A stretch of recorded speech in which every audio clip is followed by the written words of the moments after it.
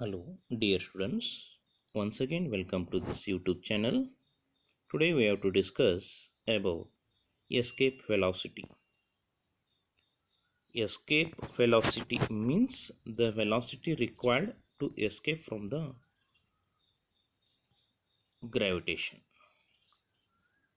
So, the minimum velocity with which a body has to be projected to escape from the gravitational influence is called escape velocity. Escape velocity ಅಂದ್ರೆ ಏನು? ಈ ಒಂದು earth gravitation ಇಂದ escape ಆಗೋದು. Okay okay ಹಾಗಾದರೆ ಯಾವುದೇ ಒಂದು ಆಬ್ಜೆಕ್ಟನ್ನು ನೀವು ಥ್ರೋ ಮಾಡಿದಿರಿ ಅಂದರೆ, ವರ್ಟಿಕಲಿ ಅಪ್ವರ್ಡ್ ಥ್ರೋ ಮಾಡಿದಿರಿ ಅಂದರೆ ಏನಾಗತ್ತೆ? ಸಮ್ ಸರ್ಟನ್ ಹೈಟಿಗೆ ಹೋಗಿ ರಿಟರ್ನ್ ಬರುತ್ತೆ. If you gone increasing the velocity, ಇನ್ನೂ ಸ್ಪೀಡಾಗಿ ಹೋಗಿರಿ, ಅವಾಗ ಏನಾಗತ್ತೆ? ಇನ್ನೂ ದೂರ ಹೋಗುತ್ತೆ ಮತ್ತು ರಿಟರ್ನ್ ಬರುತ್ತೆ. Okay, so again you have to increase the speed. ಏನಾಗತ್ತೆ? ಭಾಳಷ್ಟು ದೂರ ಹೋಗುತ್ತೆ ಮತ್ತು ಕ್ರಮೇಣ ಬಂದುಬಿಡತ್ತೆ. ಸೊ ಹಾಗಾದರೆ ಎಸ್ಕೇಪ್ ವೆಲಾಸಿಟಿ ಅಂದರೆ ಏನು ಅರ್ಥ ಮಾಡ್ಕೊಳ್ಳಿಕ್ಕೆ, ಈ ಎಸ್ಕೇಪ್ ವೆಲಾಸಿಟಿ ಅಂದ್ರೆ ಏನು? ನಾವು ಥ್ರೋ ಮಾಡಿರುವಂಥ ಆಬ್ಜೆಕ್ಟನ್ನು ರಿಟರ್ನ್ ಬರಲೇಬಾರದು. ಅರ್ಥ ಆಯ್ತಾ? ನಾವು ಎಷ್ಟು ಸ್ಪೀಡಾಗಿ ಒಗಿಬೇಕು ಅಂದರೆ ಅದು ಹೊಳೆ ಬರಬಾರ್ದು. Okay, so let us to discuss the expression for this escape velocity. Okay, ಈಗ ನೋಡಿ, consider a body of mass m is to be raised to an infinite distance r.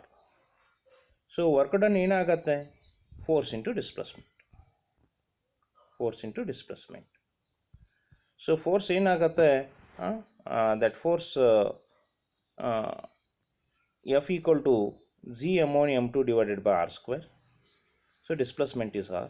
So finally the work done is Gm small m divided by r. Okay, so slightly that r square and r ಸ್ವಲ್ಪ move ಆಗಿದೆ ಈ ಸ್ಲೈಡಲ್ಲಿ. C, ಇಷ್ಟೊಂದು work done ಆಗಬೇಕಾದ್ರೆ ಏನು ಬೇಕಾಗತ್ತೆ? Energy is required. Energy ಬೇಕು. So ಹಾಗಾದರೆ ನಾವು ಯಾವ ಎನರ್ಜಿಯನ್ನು ಕೊಡೋಣ ಅದಕ್ಕೆ ಸ್ಪೀಡನ್ನು ಕೊಡೋಣ. ಸ್ಪೀಡ್ ಕೊಡೋದ್ರಿಂದ ಏನು ಸಿಗುತ್ತೆ? ಕೆನೆಟಿಕ್ ಎನರ್ಜಿ ಸಿಗುತ್ತೆ. ಎಷ್ಟು ಕೆನೆಟಿಕ್ ಎನರ್ಜಿ ಸಿಗುತ್ತೆ? 12 mv². ಹಾಗಾದರೆ ನಾವು ವಿ ಅನ್ನುವಂಥ ವೆಲಾಸಿಟಿ ಇಟ್ಟುಕೊಂಡು ಒಂದು ಆಬ್ಜೆಕ್ಟನ್ನು ಥ್ರೋ ಮಾಡಿದರೆ ಅದರ ಮಾಸ್ ಎಮ್ ಇದ್ದಾಗ, ಸೊ ಕೆನೆಟಿಕ್ ಎನರ್ಜಿ ಅದಕ್ಕೆ ಎಷ್ಟು ಬಂದುಬಿಡುತ್ತೆ? 12 mv². ಹಾಗಾದರೆ ಈ ಕೆನೆಟಿಕ್ ಎನರ್ಜಿಯನ್ನು ಕೊಡೋದ್ರಿಂದ we are expecting work. Okay, ಹಾಗಾದರೆ ಮೇಲ್ಗಡೆ ಇರುವಂಥ work that is G M small M divided by R, ಈ ವರ್ಕನ್ನು, ಈ ಕೆಲಸವನ್ನು ಎದರಿಂದ ಮಾಡೋದು?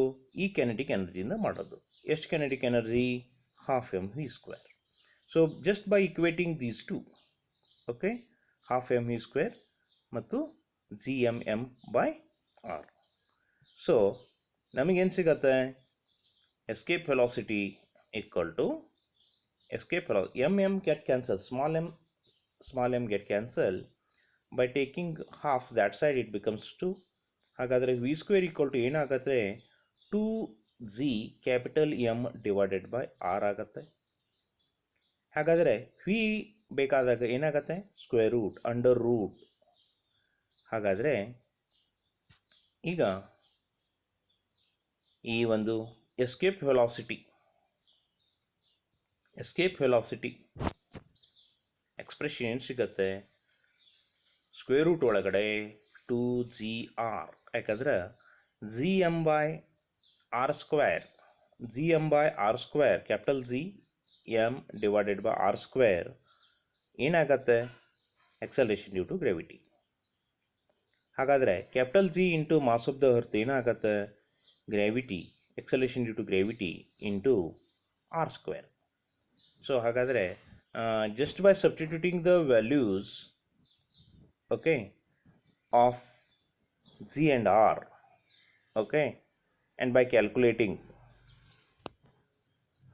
okay, ಈಗ ನೀವು ಜಿ ಬೆಲೆಯನ್ನು 9.8 ಮತ್ತು ಆರ್ ಬೆಲೆಯನ್ನು 6380 ಕಿಲೋಮೀಟರ್ ಹಾಕಿಬಿಟ್ಟರೆ, ಓಕೆ, ನಮಗೆ ಎಸ್ಕೇಪ್ ವೆಲಾಸಿಟಿ ಎಷ್ಟು ಸಿಗತ್ತೆ?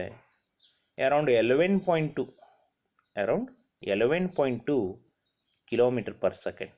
ಅಂದರೆ ಯಾವುದೇ ಒಂದು ಆಬ್ಜೆಕ್ಟನ್ನು 11.2 ಕಿಲೋಮೀಟರ್ ಪರ್ ಸೆಕೆಂಡ್ ಸ್ಪೀಡ್ಲೆ ಥ್ರೋ ಮಾಡಿದರೆ ಏನಾಗತ್ತೆ?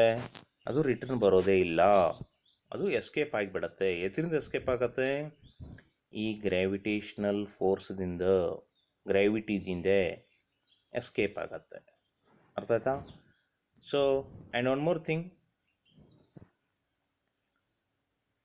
ಈ square root of G R ಇದೆಯಲ್ಲ, that one is also called orbital velocity.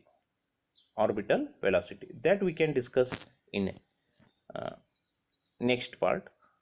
But what is this orbital velocity ಅಂದ್ರೆ ಯಾವುದೇ ಒಂದು ಸ್ಯಾಟಲೈಟು ಅಥವಾ ಯಾವುದೇ ಒಂದು ಮಾಸಿವ್ ಆಬ್ಜೆಕ್ಟು ಅರ್ಥದಿಂದ ಒಂದು ಪರ್ಟಿಕ್ಯುಲರ್ ಆರ್ಬಿಟದಲ್ಲಿ, ಕಕ್ಷೆ ಅಂತ ಕರಿತಿರಲ್ಲ, ಆ ಒಂದು ಪರ್ಟಿಕ್ಯುಲರ್ ಆರ್ಬಿಟದಲ್ಲಿ ಯಾವ ಸ್ಪೀಡ್ ಆಗಿ ತಿರುಗ್ತಾ ಇರುತ್ತಲ್ಲ, that one is the orbital velocity. ಆ ಆರ್ಬಿಟಲ್ ವೆಲಾಸಿಟಿಗೆ √2 ಮಲ್ಟಿಪ್ಲೈ ಮಾಡಿದರೆ ಏನು ಬರುತ್ತೆ ಅಂದರೆ ಎಸ್ಕೇಪ್ ವೆಲಾಸಿಟಿ ಬರುತ್ತೆ. Cleared? Okay, so this is the expression for escape velocity. Okay, note down carefully. ಇಲ್ಲಿ ನೀವು ಮಾಡಬೇಕಾಗಿದ್ದು ಇಷ್ಟೇ. ಎಸ್ಕೇಪ್ ವೆಲಾಸಿಟಿ ಡೆರಿವೇಷನ್ ಮಾಡೋದಂದ್ರೆ ಏನು ಭಾಳ ದೊಡ್ಡ ಕಾಂಪ್ಲಿಕೇಶನ್ ಅಲ್ಲ. ನಾವೇನು ಮಾಡಬೇಕಾಗಿದೆ, ಅದನ್ನು ವರ್ಕ್ ಡನ್ ಮಾಡಬೇಕಾಗಿದೆ. ಓಕೆ, ಸೊ ವರ್ಕ್ ಡನ್ ಹೆಂಗೆ ಮಾಡ್ತೇವೆ? ಫೋರ್ಸ್ ಇಂಟು ಡಿಸ್ಪ್ಲೇಸ್ಮೆಂಟ್, ಆರ್ ಅನ್ನುವಂಥ ಡಿಸ್ಪ್ಲೇಸ್ಮೆಂಟ್ ಮಾಡಬೇಕಾಗಿದೆ. ಹಾಗಾದರೆ ಇಲ್ಲಿ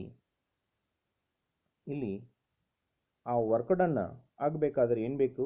ಎನರ್ಜಿ ಬೇಕು. ಆ ಆಬ್ಜೆಕ್ಟಿಗೆ ಎನರ್ಜಿ ಬೇಕು. ಆ ಎನರ್ಜಿ ಹೆಂಗೆ ಸಿಗತ್ತೆ ಅಂದರೆ ಅದಕ್ಕೆ ವೆಲಾಸಿಟಿ ಕೊಡೋದ್ರಿಂದ ಸಿಗತ್ತೆ. ಎಷ್ಟು ಸಿಗತ್ತೆ? 12mv² ಸಿಗತ್ತೆ. ಕೊಟ್ಟಿರುವಂಥ ಎನರ್ಜಿ 12mv², ಅದರಿಂದ ಆಗುವಂಥ ವರ್ಕ್ ಡನ್ Gmm/r. ಹಾಗಾದರೆ ಏನು ಎನರ್ಜಿ ಕೊಟ್ಟೇವಲ್ಲ ಅದರಿಂದ ಅಷ್ಟು ವರ್ಕ್ ಡನ್ ಆಗ್ತಾ ಇದೆ. ಸೊ ಇಷ್ಟು ನೀವು ಸರಿಯಾಗಿ ನೆನ್ಪಿಟ್ಕೊಂಡ್ಬಿಟ್ರೆ easily we can derive the expression for escape velocity. ಹಾಗಾದರೆ ಏನು ಮಾಡಬೇಕಿಲ್ಲಿ? 12mv² Gmm/rಗೆ ಈಕ್ವೇಟ್ ಮಾಡಬೇಕು. ಇಷ್ಟು ಸರಿಯಾಗಿ ತಿಳ್ಕೊಂಡ್ಬಿಟ್ರೆ easily we can simplify and definitely will get the expression for escape velocity. Whatever may be the mass of the object, remember escape velocity is independent of mass of the object. ನೀವು 1 kg ಆಬ್ಜೆಕ್ಟನ್ನು throw ಮಾಡಲಿಕ್ಕೆ ಯಾವ velocity ಕೊಡ್ತಿರಲ್ಲ, 10 kgಗೂ ಅದೇ velocity ಬೇಕಾಗತ್ತೆ. Because escape velocity is independent of the mass of the object. ಅರ್ಥ ಆಯ್ತಾ? ಸರಿ, ಹಾಗಾದರೆ ಈ ಒಂದು ಎಸ್ಕೇಪ್ ವೆಲಾಸಿಟಿ ಎಕ್ಸ್ಪ್ರೆಷನ್ನು ಏನು? ಸ್ಕ್ವೇರ್ ರೂಟ್ ಒಳಗಡೆ 2Gm/r. Remember. So by using this expression, easily we can calculate escape velocity of the earth, escape velocity of the planet. Okay, ಎಲ್ಲ ನಾವು ಈಸಿಲಿ ಕ್ಯಾಲ್ಕುಲೇಟ್ ಮಾಡ್ಬೋದು if you know the mass of the planet and the radius of the planet. ಎರಡು ಗೊತ್ತಿದ್ದರೆ ಏನು ಮಾಡ್ಬೋದು ಅಂದರೆ easily ನಾವು ಈ ಒಂದು ಎಸ್ಕೇಪ್ ವೆಲಾಸಿಟಿಯನ್ನು ಕ್ಯಾಲ್ಕುಲೇಟ್ ಮಾಡ್ಕೋಬೋದು. And one more thing you have to remember. Okay, so usually the escape velocity is expressed in terms of kilometer per second. Okay, ಇಲ್ಲಿ ನೀವು ವ್ಯಾಲ್ಯೂಸ್ ಹಾಕಿದಾಗ the value of G 6.673 into 10 to the power, okay, -11. Mass of the earth, okay, already calculate ಮಾಡಿದ್ದೀವಿ. Radius, R ಇನ್ನೂ ಈಸಿಯಾಗಿ ನೀವು calculate ಮಾಡಬೇಕಾದ್ರೆ final expression last ಲೈನ್ನಲ್ಲಿ ಕಾಣಿಸ್ತಾ ಇದೆಯಲ್ಲ, √2gr ಅದನ್ನು ತಗೊಳ್ಳಿ. ಸ್ಮಾಲ್ ಜಿ ಬೆಲೆ ಈಸಿಲಿ 9.8 ಅಂತ ಹಾಕಿ, ರೇಡಿಯಸ್ ಆಫ್ ದ ಅರ್ಥನ್ನು ಹಾಕಿ, ಜಸ್ಟ್ ಟ್ರೈ ಮಾಡಿ. By using calculator you can learn many thing. Okay, so definitely will get 11 point something km/s nearly. Okay, ಯಾವುದೇ ಒಂದು ವ್ಯಾಲ್ಯೂಸ್ ಇರಲಿ, ಒಂದು ಎಕ್ಸ್ಪ್ರೆಷನ್ ಕೊಟ್ಟು ಇಷ್ಟು ಬರುತ್ತೆ ಅಂತ ಹೇಳಿದರೆ ನೀವು ಆ ವ್ಯಾಲ್ಯೂಸ್ಗಳನ್ನು ತುಂಬಿ ಅದನ್ನು ಸಿಂಪ್ಲಿಫೈ ಮಾಡಿಕೊಳ್ಳುವಂತಹ ಒಂದು ಕ್ಯಾಪಬಿಲಿಟಿಯನ್ನು ಬೆಳೆಸ್ಕೋಬೇಕಾಗತ್ತೆ. ಸೊ ಅದರಿಂದ ಏನಾಗತ್ತೆ ಅಂದರೆ, ಯೂಶ್ವಲಿ ನಾವು ಕ್ಯಾಲ್ಕುಲೇಟರ್ ಇದ್ರೂ ಸಹಿತ ಬೈ ಯೂಸಿಂಗ್ ಕ್ಯಾಲ್ಕುಲೇಟರ್ ಆಲ್ಸೋ ಭಾಳಷ್ಟು ಮಿಸ್ಟೇಕ್ಸ್ ಆಗ್ತಾ ಇರುತ್ತೆ. ಕ್ಯಾಲ್ಕುಲೇಟರ್ ಒಳಗಡೆ ನಂಬರ್ಸ್ ಹಾಕಿದ್ರೂ ಸಹಿತ ಸ್ಕ್ವೇರ್ ರೂಟ್ ಮಾಡಿದಾಗೂ ಬರ್ತಾ ಇರೋದಿಲ್ಲ. ಅವಾಗ ನೀವು ಬಹಳಷ್ಟು ಕಲಿಬೋದು. ಅದಕ್ಕೆ ಅದನ್ನು ಒಂದು ನೀವು ಕೇರ್ ತೊಗೋಬೇಕಾಗತ್ತೆ ಇಲ್ಲಿ. ಓಕೆ, ಸೊ ಈ ನೆಕ್ಸ್ಟ್ ಕ್ಲಾಸ್ದಲ್ಲಿ ನಾವು ಇನ್ನೊಂದು ಇಂಟ್ರೆಸ್ಟಿಂಗ್ ಎಕ್ಸ್ಪ್ರೆಷನ್ ನಾವು ನೋಡೋಣ. That one is the expression for orbital velocity. ಅಂದರೆ ಒಂದು ಸ್ಯಾಟಲೈಟು ಒಂದು ಪರ್ಟಿಕ್ಯುಲರ್ ಆರ್ಬಿಟದಲ್ಲಿ ಯಾವ ಸ್ಪೀಡ್ದಲ್ಲಿ ತಿರುಗತ್ತೆ ಅನ್ನೋದೇ ಆರ್ಬಿಟಲ್ ವೆಲಾಸಿಟಿ ಆಗಿರುತ್ತೆ. So that we can discuss in the next class. Okay, thank you.